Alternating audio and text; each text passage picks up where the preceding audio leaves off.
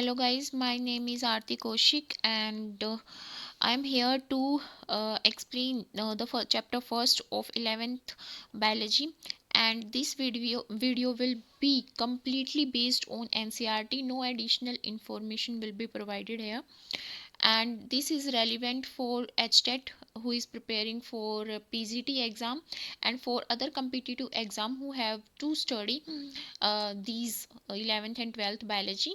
And these videos see or these series of videos which I'm going to upload in upcoming days will provide you the short and precise description of NCERTs and that are related to biology.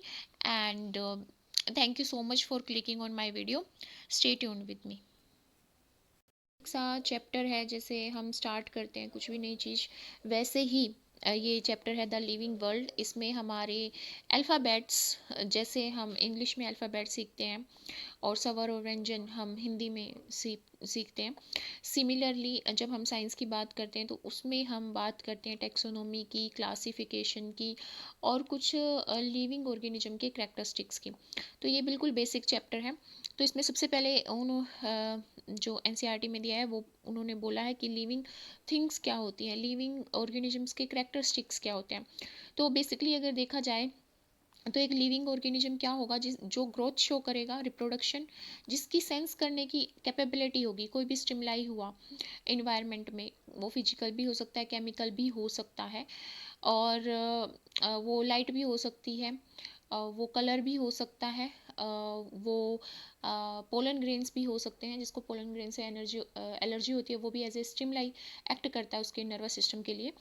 तो second है metabolism. Metabolism क्या होता है, जो chemical reaction हमारी body में होती हैं, इसमें एनाबॉलिज्म भी आता है और कैटाबॉलिज्म भी आता है। एक जिसमें हमारे कॉम्प्लेक्स सब्सटेंस बिल्डअप होते हैं और एक जिसमें ब्रेक डाउन होते हैं। और सेल्फ रेप्लिकेट करने की कैपेबिलिटी, सेल्फ रेप्लिकेट करने की कैपेबिलिटी, जैसे हमारी आरबीसीज डिवाइड होती रहती हैं। We know that RBCs has a life span of 120 days. तो 120 डेज में अगर सारी आरबीसी हमारी डेड हो जाएंगी तो वी कुड नॉट सर्वाइव।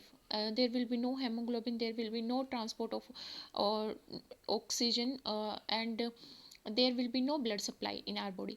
तो सेल्फ रेप्लिकेट करती हैं सेल, जिसकी वजह से हम रिन्यू होते हैं। सेल्फ ऑर्गेनाइज करती हैं। सेल्फ ऑर्गेनाइज करने का मतलब ये है कि हमारी बॉडी में टिश्यूज़ जो सेल हैं वो इतनी ऑर्गेनाइज्ड होती हैं कि जैसे इंजरी होती है तो वहाँ पे इन्फ्लेमेशन हो रही है, वहाँ पे हमारी बी सेल जाएंगी या टी सेल जाएंगी या कौन सा इम्यून सिस्टम एक्टिवेट होगा, वो सब ऑर्गेनाइज्ड वे में होता है। They interact with each other as we know that cytotoxic T cells, macrophages, B cells and T cells, these all cells interact with each other. So these are the basic we can say the characteristics of living organisms. But there are some points that are going there, जिसकी वजह से हम कह सकते हैं कि contrast create होता है कि ग्रोथ जो है, अगर हम ग्रोथ की बात करें तो ग्रोथ का मतलब क्या है कि मास में इंक्रीमेंट होना या फिर इंडिविजुअल के नंबर में इंक्रीमेंट होना। अगर मैं बात करूं अमीबा की या बैक्टीरिया की बात करूं, तो बैक्टीरिया का जब साइज़ ग्रो कर जाता है, वो फीडिंग कर रहा है, उसका साइज़ ग्रो कर गया, तो उसकी जो सेल मेम्ब्रेन है वो बाइनरी फिजन के थ्रू यहाँ पे क्या कर जाती है, डिवाइड कर जाती है। तो एक बैक्टीरिया से दो बन जाते हैं। सिमिलरली अमीबा में भी ऐसा ही होता है। तो क्या हो गया, नंबर ऑफ इंडिविजुअल यहाँ पे बढ़ रहे हैं। एक बैक्टीरिया था, दो हो गए, तीन हो गए, फिर दो से फिर यहाँ पे क्या हो जाएंगे, चार हो जाएंगे। ठीक है, तो ऐसे ही क्या हो रहे हैं, नंबर ऑफ इंडिविजुअल इंक्रीज हो रहे हैं।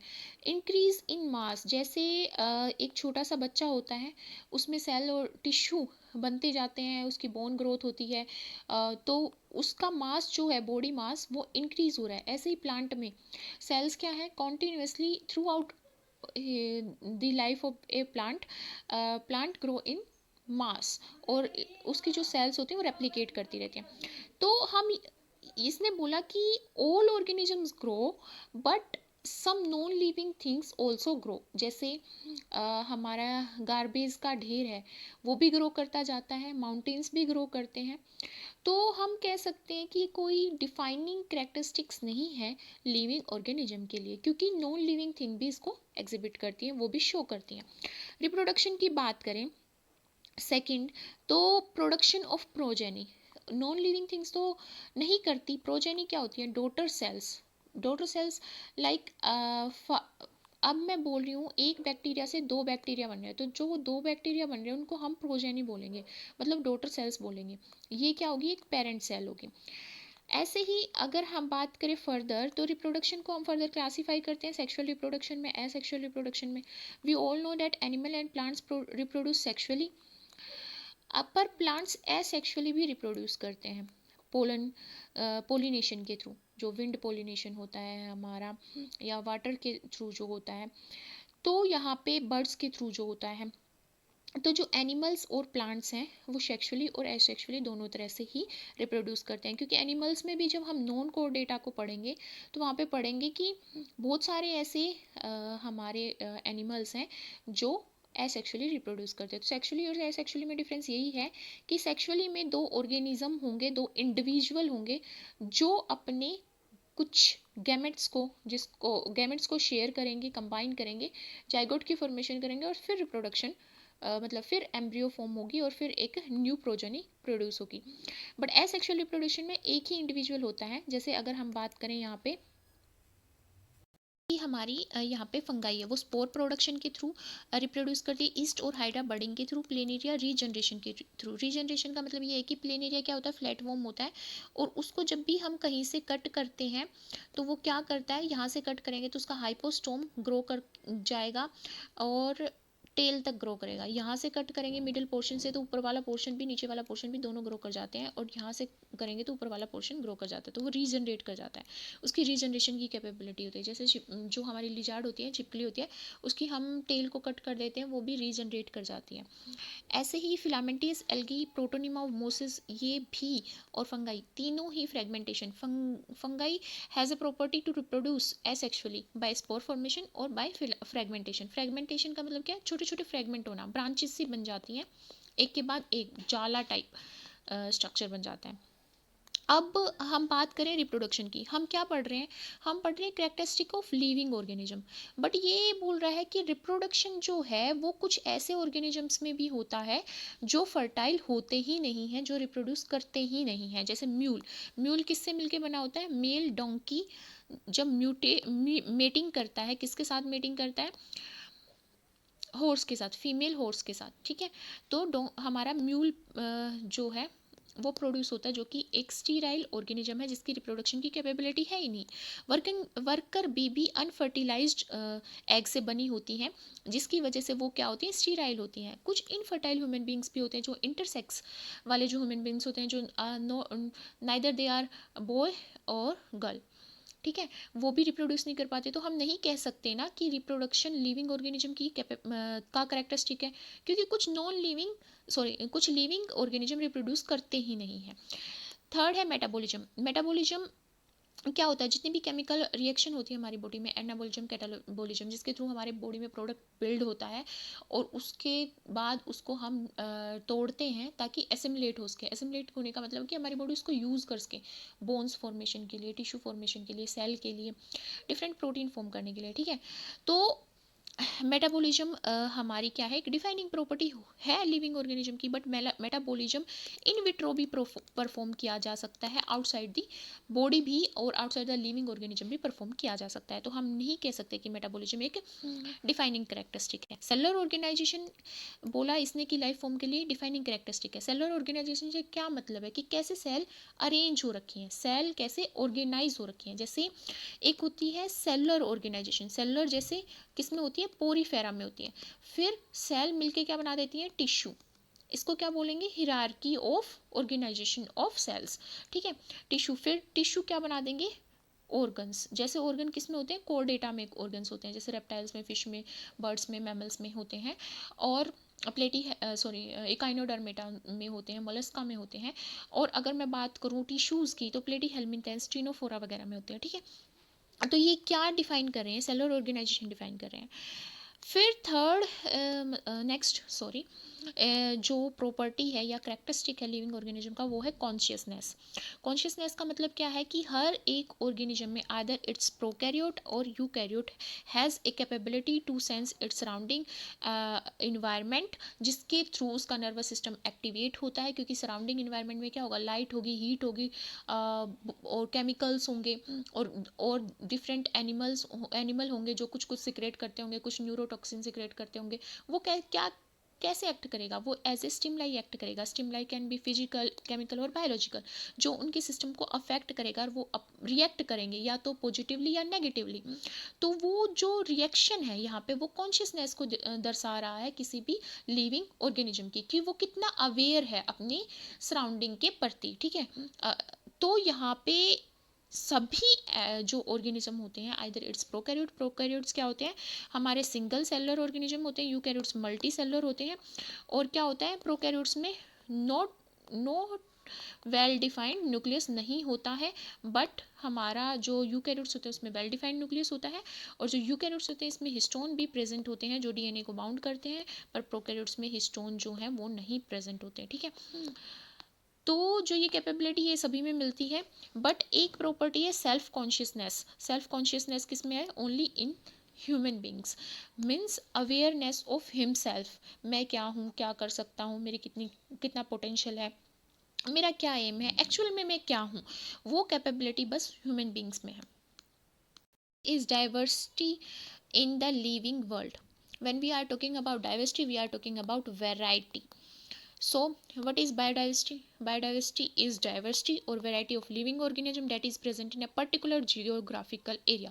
जैसे हम बात करें एशिया की, या फिर अफ्रीका की, या फिर इंडियन सब कॉन्टिनेंट की बात करें, या हिमालयाज़ की बात करें कि वहाँ की क्या बायोडाइवर्सिटी है, तो इसका मतलब ये है कि हिमालयाज़ पे कौन से प्लांट्स मिलते हैं, कौन से हमारी हब मिलती है, कौन सी शॉप मिलती है, कौन से हमारे यूकैरियोट्स, कौन से प्रोकैरियोट्स, और कौन से प्लांट्स मिलते हैं, ये और एनिमल मिलते हैं। यही है मतलब हमारा बायोडाइवर्सिटी का। तो एक पर्टिकुलर जियोग्राफिकल एरिया में, या फिर हम बोलें number and type of organism present on earth, overall बात कर रहे हैं। तो बायोडाइवर्सिटी, बायो मतलब लिविंग, डाइवर्सिटी मतलब वेराइटी, तो लिविंग ऑर्गेनिजम्स की वेराइटी। नोमेनक्लेचर क्या होता है, जब हम ऑर्गेनिज्म को नेम देते हैं। एक्चुअल में क्या है, there are millions of plants and animals in the world, और हम ये जानते हैं कि जितने भी प्लांट्स और एनिमल्स हैं हमारे एरिया में हैं, हम उनको लोकल नेम से बुलाते हैं। अब इंडिया में ही देख लो, महाराष्ट्र में कुछ नाम बोलते हैं, और हरियाणा में कुछ बोलेंगे, और कर्नाटक में जाएंगे कुछ और बोलेंगे। तो वही बात है कि लोकेलिटी में नेम अलग होते हैं, और कंट्री टू कंट्री अगर हम जाएं, ट्रांसफ़र करें, तो वहाँ पे नेम कुछ और होगा सेम वेराइटी का। अगर सेम इन्वायरमेंट है और हैबिटेट है, और सेम उसको कंडीशन मिल रही हैं, तो सेम ऑर्गेनिज्म या सेम स्पीसीज वहाँ पे भी प्रेजेंट हो सकती है, पर वहाँ पे उसका नाम अलग होगा। तो हम कैसे आइडेंटिफाई कर पाएंगे, इसलिए उनको उनका नोमेनक्लेचर किया गया, किनका, इस बायोडाइवर्सिटी का, एनिमल का, प्लांट का, बैक्टीरिया का, हर एक ऑर्गेनिज्म का क्लासिफिकेशन किया गया, उनको एक ऐसा नाम दिया गया ताकि उनको यूनिवर्सली आइडेंटिफाई किया जा सके। अब ये जो यूनिवर्सल आइडेंटिफिकेशन की प्रोसेस है, ये ऐसे ही नहीं हो जाती, इसका कुछ क्राइटेरिया होता है, इसके कुछ प्रिंसिपल्स होते हैं जो कोडिंग फॉर्म में रखे होते हैं। इसको बोलते हैं, अलग अलग होते हैं, यहाँ पे एनसीईआरटी में 2 ही दिए गए हैं। बैक्टीरियल नोमेनक्लेचर भी होता है, जैसे जूलॉजिकल, यहाँ पे बोटेनिकल नोमेनक्लेचर की बात कर रहे हैं हम, तो प्रोकैरियोटिक नोमेनक्लेचर भी होता है। तो डिफरेंट कोड होते हैं। तो यहाँ पे 2 कोड दिए गए हैं, ICBN and ICZN। ICBN international code for botanical nomenclature, इसमें वो क्राइटेरिया और वो प्रिंसिपल होंगे जिसके थ्रू हम प्लांट्स को क्या कर सकते हैं, नोमेनक्लेचर कर सकते हैं, उनका मतलब उनको क्लासीफाई कर सकते हैं, उनका नेम दे सकते हैं, उनको एक स्पेसिस, एक जीनस, एक किंगडम में रख सकते हैं। ऐसे ही जूलॉजिकल नोमेनक्लेचर में वो प्रिंसिपल एंड वो क्राइटेरिया होगा जिसके थ्रू हम एनिमल को बेसिकली क्लासीफाई कर सकते हैं। फिर जो बेसिकली और सबसे ज़्यादा हम स्टडी करते हैं वो है कैरोलस लिनियस का बायोनोमियल नोमेनक्लेचर। बाइनोमियल इसको बोलते हैं, इसलिए बाई मीन्स 2 और नोमियल मतलब 2 नेम उन्होंने दिए थे कैरोलस लिनियस ने। जो कैरोलस लिनियस हैं, उन्होंने जब 2 नाम दिए तो वो कैसे दिए, generic name and specific name. Generic name मतलब genus name, and specific name मतलब स्पीसीज नेम। ठीक है। जैसे यहाँ पे मैंगीफेरा इंडिका है, मैंगीफेरा इंडिका क्या है, किसके लिए है, मैंगो के लिए है। ठीक है। तो जो मैंगीफेरा है यहाँ पे वो क्या है, जीनस नेम है, और इंडिका क्या है, स्पीसीज नेम है।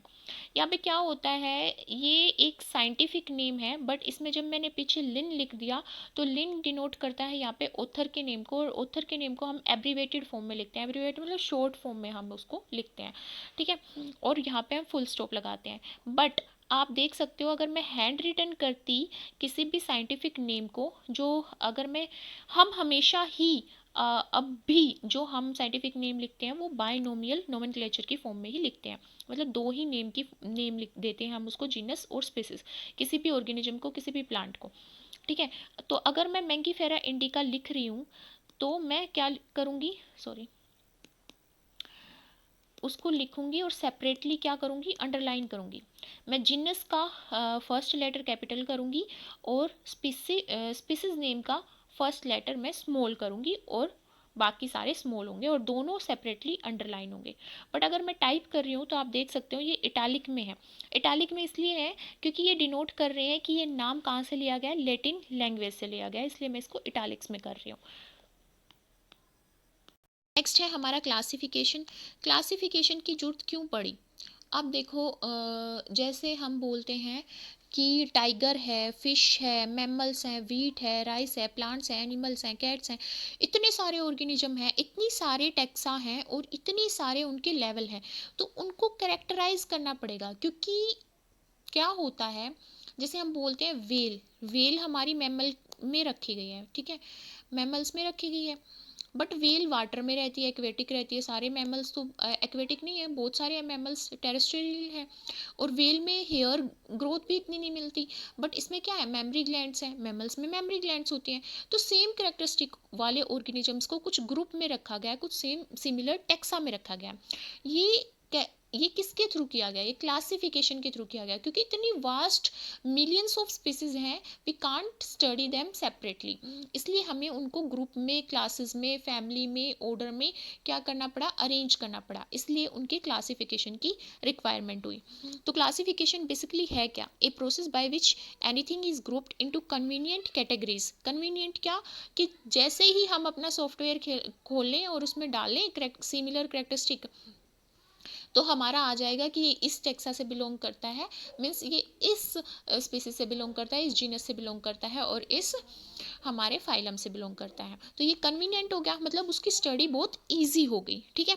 उसके ऑब्जर्वेबल करेक्टरिस्टिक्स पे, उसके ऑब्जर्वेबल करेक्टरिस्टिक क्या हो गया, कि उसकी मोर्फोलॉजी क्या है, उसकी इवोल्यूशनरी हिस्ट्री क्या है, उसमें मेमरी ग्लैंड मिलती है या नहीं, हेयर मिलते हैं या नहीं, हुफ है उसमें, या एंटलर्स हैं, या होर्न्स हैं, क्या है उसमें, तित कैसे हैं, कैनाइन है, क्या है वो, उसके करेक्टरिस्टिक के बेस पे हम उसको करेक्टराइज करते हैं और उसकी स्टडी इजी हो जाती है। क्योंकि एक ऑर्गेनिज्म होता है, उसको स्टडी करके हम पूरे ग्रुप के ऑर्गेनिज्म के करेक्टरिस्टिक को बता सकते हैं कि इस ग्रुप के जितने भी ऑर्गेनिज्म होंगे उनमें ये चीज़ें मिलेंगी। ठीक है। तो कैटेगरीज हैं, डिफरेंट लेवल पे होती हैं, और वो डिफरेंट लेवल की जो कैटेगरी है उनको क्या बोलते हैं हम, टेक्सा। लाइक कैट है, मैमल है, वीट है, राइस है, प्लांट्स है, ये डिफरेंट लेवल पे क्या है, कैटेगरीज है। Based on characteristics of all living organism, we can classify them into different taxa. This classification process को हम क्या बोलते हैं, टेक्सोनोमी। ठीक है। तो टेक्सोनोमी क्या करती है, सबसे पहले हम करेक्टरिस्टिक देखेंगे किसी भी ऑर्गेनिज्म के, प्लांट के। ठीक है। फिर उसको आइडेंटिफाई करेंगे कि ये उस ग्रुप से, उस स्पीसीज से, उस जीनस से बिलोंग करता है। फिर उसको क्लासीफाई कर देंगे और उसको एक नेम दे देंगे, जैसे हम मैंगीफेरा इंडिका या होमो सैपियंस देते हैं। ठीक है। फिर इसकी ब्रांच जो हमारी फिर आती है सिस्टमेटिक्स। सिस्टमेटिक्स क्या करती है, सिस्टमेटिक्स की ब्रांच होती है टेक्सोनोमी। ठीक है। सिस्टमेटिक्स एक लैटिन वर्ड है, जिसका लैटिन वर्ड कौन सा है, सिस्टमा, जिसका मतलब होता है सिस्टमेटिक अरेंजमेंट ऑफ ऑर्गेनिज्म। जो सिस्टमा है वो डील करती है आइडेंटिफिकेशन के लिए, नोमेनक्लेचर के लिए, क्लासिफिकेशन के लिए, बट ये इवोल्यूशनरी हिस्ट्री को भी देखती है। जिसे हम बोलते हैं ना कि Homo sapiens are closely related to chimpanzees. ठीक है। तो हम इवोल्यूशनरी हिस्ट्री भी स्टडी करते हैं, किसमें, सिस्टमेटिक्स में, बट टेक्सोनोमी में इवोल्यूशनरी स्टडी हम स्टडी नहीं करते। और सिस्टमेटिक का पार्ट क्या है, टेक्सोनोमी। जो हमारा क्लासिफिकेशन है वो कोई एक सिंगल स्टेप तो नहीं है, एक सिंगल प्रोसेस तो नहीं है, उसमें हिरार्की ऑफ स्टेप्स आते हैं और वो स्टेप्स क्या रिप्रेजेंट करते हैं, कैटेगरी को या एक रैंक को। तो ये जो कैटेगरी है ये क्या है, टेक्सोनोमिक अरेंजमेंट दे रही है स्पीसीज को, ऑर्गेनिजम्स को, ठीक है, उसको हम क्या बोल रहे हैं, taxonomic category. All categories together constitute the taxonomic hierarchy. जैसे ये यहाँ पे क्या दिखा रही है, ये ईच क्या है, टेक्सोनोमिक कैटेगरी है एक, बट ये क्या दिखा रही है, ये एक हिरार्की दिखा रही है हमें, ठीक है। और ये जो कैटेगरी है ये क्या दिखा रही है, यूनिट ऑफ क्लासिफिकेशन। इसमें कुछ सिमिलर करेक्टर होंगे, ये बड़ी यूनिट है, फिर छोटी यूनिट है, फिर और छोटी यूनिट है, फिर और छोटी यूनिट है। जितने नीचे तक जाते जाएंगे उनमें ऑर्गेनिज्म, नंबर ऑफ ऑर्गेनिज्म कम होते जाएंगे, किंगडम में ज़्यादा होते जाएंगे। जैसे किंगडम क्या है हमारा, एनिमेलिया और प्लांटा, ठीक है। तो प्लांट्स में और एनिमल में, एनिमल का भी फर्दर क्लासिफिकेशन है, नॉन कोर्डेटा एंड कोर्डेटा, फिर नॉन कोर्डेटा, कोर्डेटा में भी फर्दर क्लासिफिकेशन है। तो ये क्या है, किंगडम क्या है मेरा, एनिमेलिया, फाइलम क्या है, कोर्डेटा नॉन कोर्डेटा, फिर मेरी क्लास आ जाएंगी, ठीक है। अब ये मेरा क्या है, सब फाइलम है, सुपर फाइलम है, फिर मेरा सब फाइलम आएगा, फिर उसके बाद मेरी क्लासेस आएंगी। क्लासेस जैसे मैं बात करूँ रेप्टाइल्स की, मैमल्स की, फिशेस की, वो क्लासेस आ गई, फिर ऑर्डर आएंगे, ठीक है, फिर फैमिली आएगी, फिर जीनस आएगा, फिर स्पीसीज आएगा। मतलब स्पीसीज में जाके बहुत कम ऑर्गेनिज्म रह जाते हैं। तो ये हायर कैटेगरी होती है, ये लोअर कैटेगरी होती है। तो ये क्या रिप्रेजेंट कर रही है, टेक्सोनोमिक हिरार्की, ठीक है। और ईच पर्टिकुलर कैटेगरी को हम क्या बोलेंगे, टेक्सोन। अभी मैंने यहाँ पे कुछ एग्जांपल लिए हैं, जैसे Mangifera indica 4, mango, solanum tuberosum किसके लिए होता है, हमारा पोटैटो के लिए। पैंथरा लियो और पैंथरा टिग्रिस होता है, पैंथरा टिग्रिस किसके लिए होता है, टाइगर के लिए, पैंथरा लियो लायन के लिए, ठीक है। तो यहाँ पे ये साइंटिफिक नेम है। तो यहाँ पे जो फर्स्ट वर्ड है मैंगीफेरा, सोलानम और पैंथीरा, ये क्या है, जेनेरा या ये क्या है, जीनस नेम है, ठीक है। Represent another higher level of taxon. Genus सबसे लोअर क्या था, स्पीसीज, तो ये क्या रिप्रेजेंट करती है, हायर लेवल। फिर उसके बाद इंडिका, ट्यूबरोसम और जो लियो है या फिर यहाँ पे टिग्रिस होता, वो किसको, स्पीसीज को डिनोट करता। कि देखो पैंथरा यहाँ पे लायन के लिए भी है और टाइगर के लिए भी है, ठीक है। मतलब इसमें दोनों आएंगे सेम में। बट जब मैं पैंथरा लियो बोल रही हूँ तो वो स्पीसीज अलग हो जाती है, और टिग्रिस बोल रही हूँ तो वो स्पीसीज अलग हो जाती है, तो वो लोअर कैटेगरी आ जाती है। तो मैं फैमिली की बात करूँ तो जो फैमिलीज होती हैं ये किस बेस पे क्लासीफाई की जाती हैं, वेजिटेटिव एंड रिप्रोडक्टिव फीचर्स पे। अगर प्लांट स्पीसीज की बात करें तो उनके वेजिटेटिव फीचर देखती हैं। वेजिटेटिव बेसिकली हम बोल देते हैं एसेक्सुअल रिप्रोडक्शन, या फिर जैसे पोलिनेशन वगैरह के थ्रू रिप्रोडक्शन हो रहा है, या और वो कैसे वेजिटेट करती हैं, मतलब जर्मिनेट कर रही हैं, स्पोर के थ्रू कर रही हैं, या फिर कुछ लीफ के थ्रू जर्मिनेट कर जाती हैं, कुछ ग्राफ्टिंग के थ्रू। तो उनके वेजिटेटिव रिप्रोडक्टिव फीचर को हम देखते हैं किसलिए, प्लांट स्पीसीज के। फॉर एग्जांपल 3 डिफरेंट जेनेरा हैं, सोलानम, पेट्यूनिया, दतूरा। ये सोलाना सीआई फैमिली में रखे गए हैं, तीनों सोलाना सीआई फैमिली में। अगर मैं एनिमल्स में बात करूँ तो जीनस पैंथेरा में क्या आ गए, लायन भी आते हैं, टाइगर भी आते हैं, लेपर्ड भी आते हैं,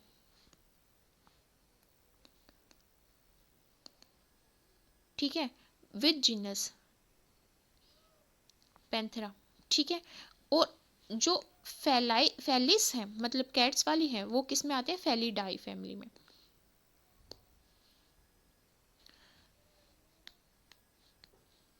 जैसे मैं यहाँ पे बात करूँ डॉग की और कैट की, डॉग और कैट में बहुत सारी सिमिलरिटी होती है, बट कैट किस में, फेलिडाई में रखे जाते हैं, और हमारे जो डॉग हैं वो कैनिडाई फैमिली में रखे जाते हैं।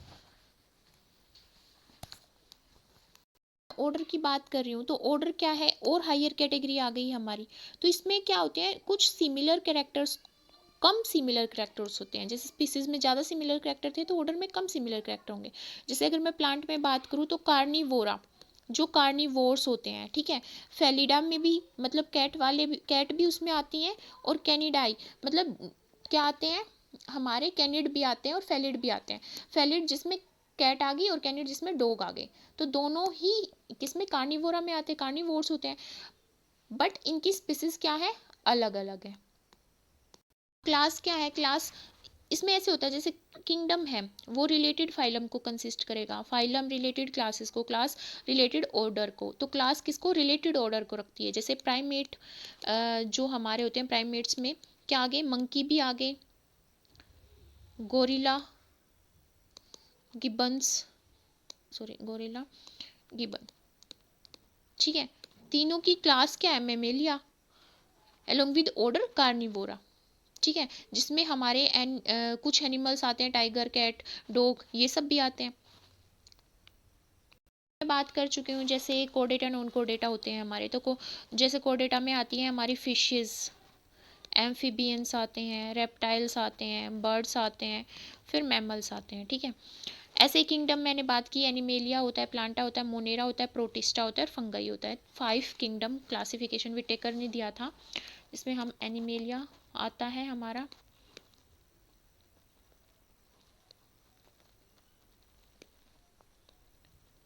पहले मोनेरा आएगा हमारा, प्रोटिस्टा, ये ऐसे होते हैं, Monera, protista, fungi, plant, animal.